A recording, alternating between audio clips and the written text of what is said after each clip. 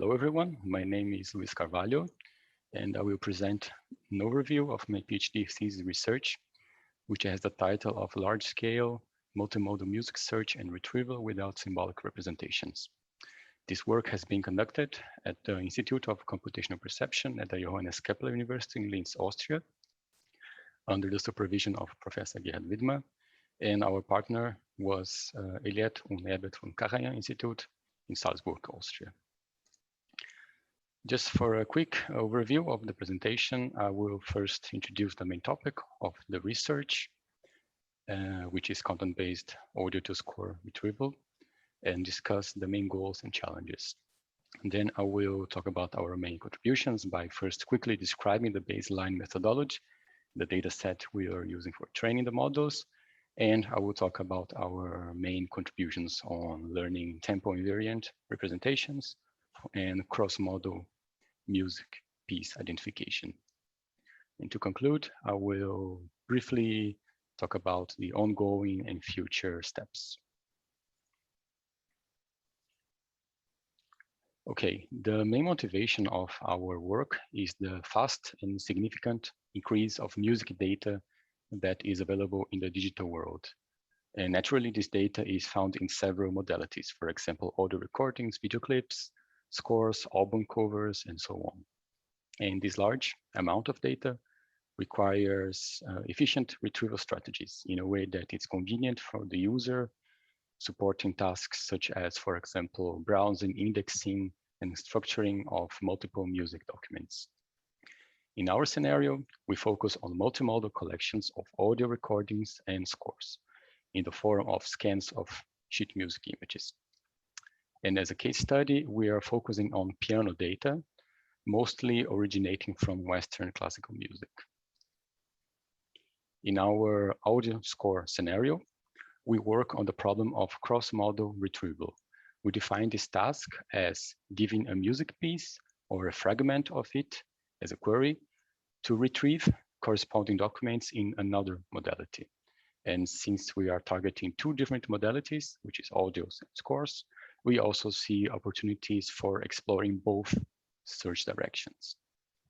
So in our case, given an audio query, as you can see in the figure, that could be an entire recording or just a snippet of it, for example, a 20 or 15-second fragment, the goal is to retrieve the corresponding scores. Or in the reverse direction, given a sheet image scan or a fragment of it, for example, a page of it, we want to find its corresponding audio recordings. Okay, so after this quick introduction, we defined the main goals of our research. First, we want to investigate how to learn better audio to score correspondences, which in our case are characterized by embeddings from machine learning models. And second, we also would like to investigate on how to best use these embeddings for our cross-modal piece identification tasks. And we have also identified a number of challenges for this research. First, we would like to work with big collections of music data, having tens of hundreds of thousands of documents. This way, we always should aim for methods that are fast and accurate when scaling up to large data sets. Another challenge is that we are working with raw material, which mean audio recordings and scanned versions of sheet music image without any kind of symbolic information. And lastly, at the moment, there was no data set for our needs, especially when you are talking about large-scale collections of raw material. All right, now I will go for our approach and results. As a starting point and baseline, we adopted the cross-modal deep network proposed by Dorfer et al. To learn the correspondences between audios and scores. This model learns low-dimensional embeddings from pairs of short snippets of audio spectrograms and scanned music images, sheet music images. In the network, each of these convolutional branches are responsible for one modality, and they are connected to each other by means of one embedding layer that projects the two views onto the same embedding space. This model is trained with a triplet loss function in a way that the matching snippets are projected close to each other, while the non-matching ones are projected far from each other. And the main advantage of this architecture is that after the model is trained, each part can be operated independently. So for retrieval tasks, we can, for example, first compute the embeddings of all snippets from one modality, as we can see here in the figure, and search the best match of a query snippet by just embedding it to the shared space and searching for the smallest distance. So the data we use for training plays a big role in our research, so it could be interesting to briefly talk about it.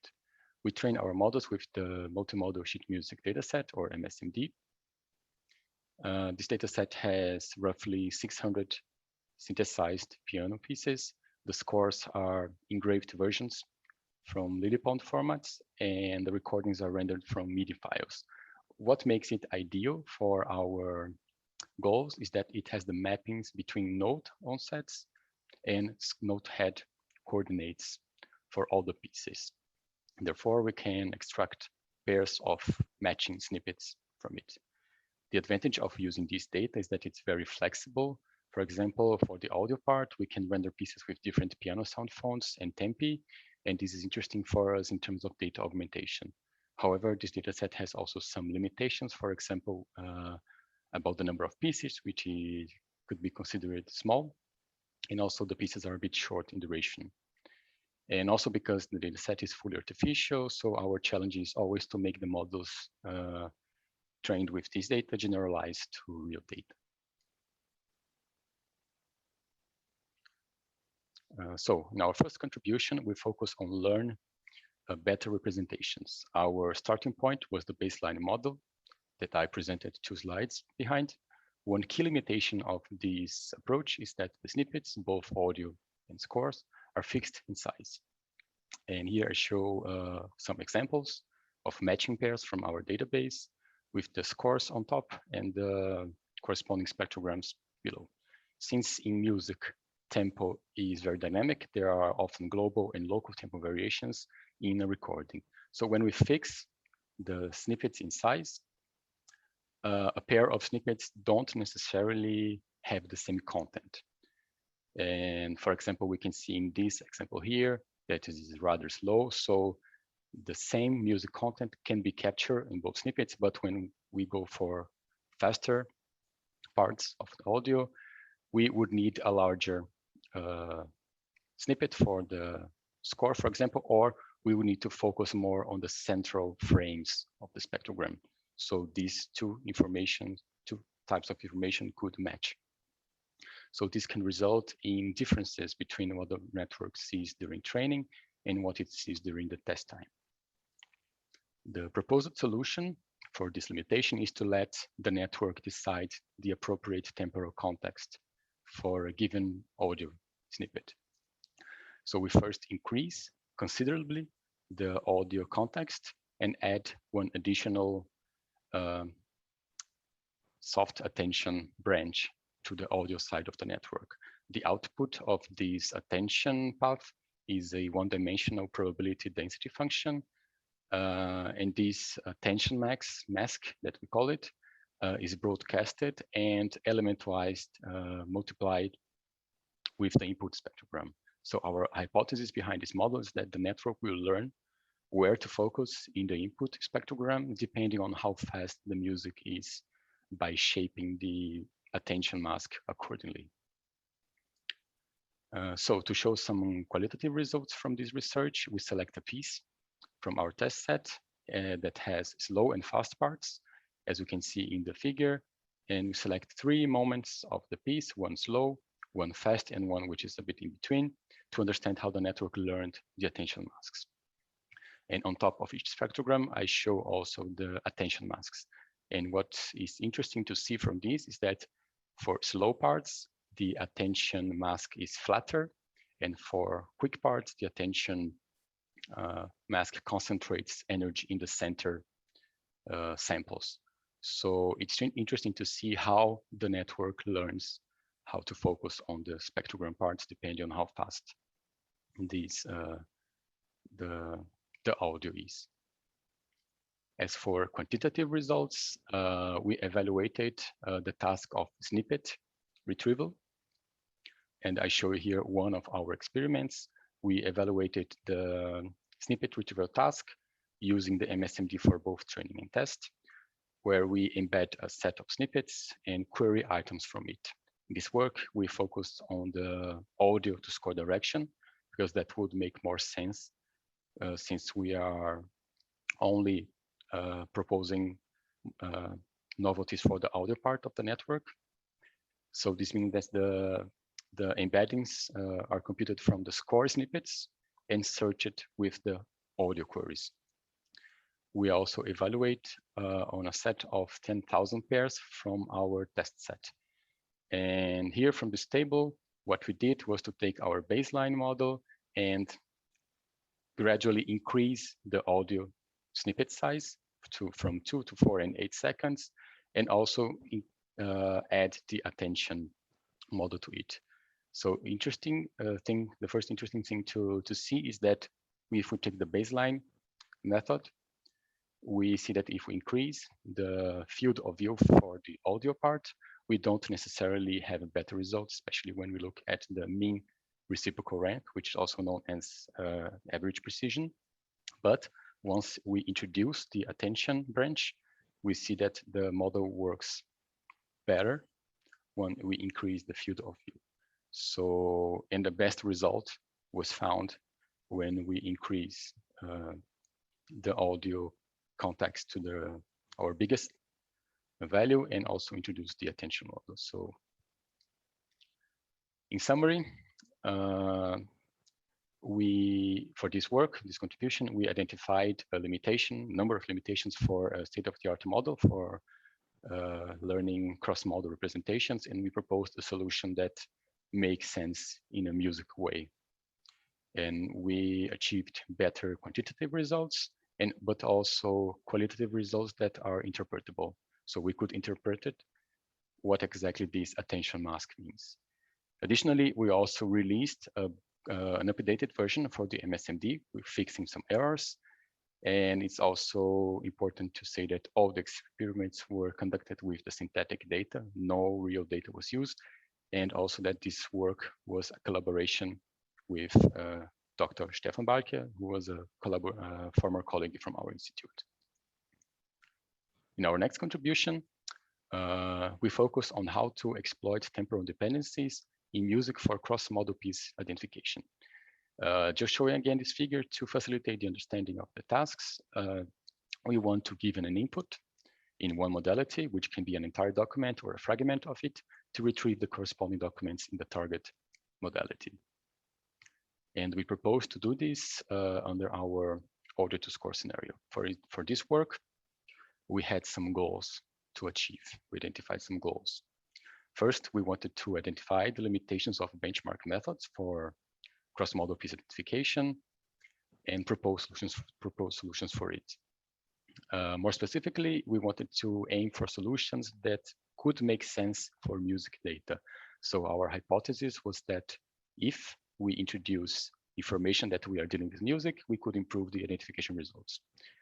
And we also wanted to now investigate how well our models and methods would generalize to real data, since they were trained with synthetic data sets.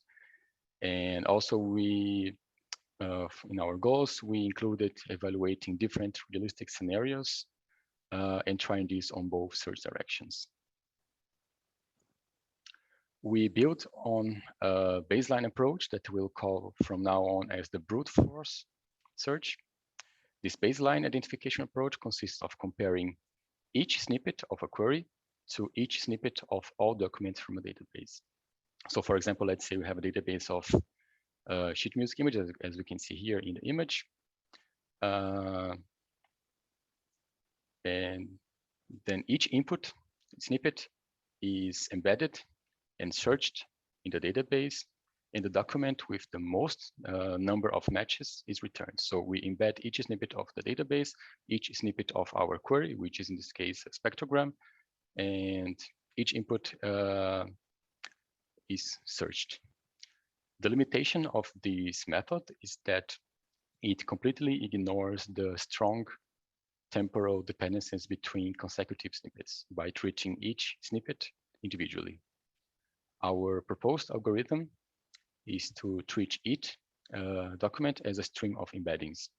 So we first sequentially cut out snippets from, we sequentially cut out and embed snippets from all items. Now the target database, which in this case, for example, is the database of scores, is a set of sequences of embeddings, and the query is a sequence of embeddings. This simplifies the problem to a classical sequence matching task that could be done with standard alignment algorithms. And we choose the dynamic time warping because it's a very standard and benchmark algorithm, and there are a number of efficient implementations. And also we just wanted this to use as a proof of our hypothesis.